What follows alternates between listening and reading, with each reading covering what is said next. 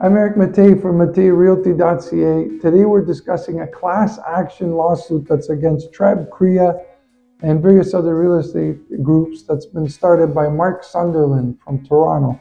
He claims that because the seller has to pay both the buyer and seller agents commissions, it's artificially inflated prices of homes in Canada. The judge that heard the appeal or to move the case forward agreed with him. Now, I don't. Here's why. First of all, buyer agency originated with REBA, the last legislation that governs real estate in Ontario. And what it states is the buyer has their own representative and the seller does as well. In some instances, they're dual. The buyer actually pays both commissions when you think about it. It's the buyer's funds that are paid to the seller. The seller then directs his lawyer or her lawyer or their lawyer to pay through the two commissions that are owed.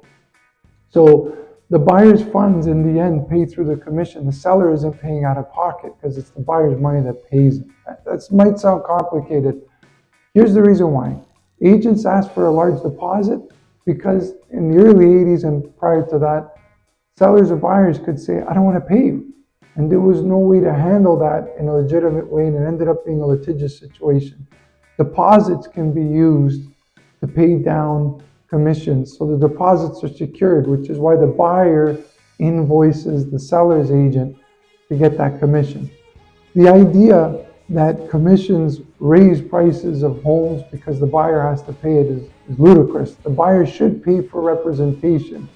If not, and I could go through instances where an unrepresented buyer was misrepresented by a listing agent, it benefits the buyer when they have a good agent representing them. So the idea that this class action lawsuit will help lower prices in Canada is not a sound one, in my professional opinion and personal opinion.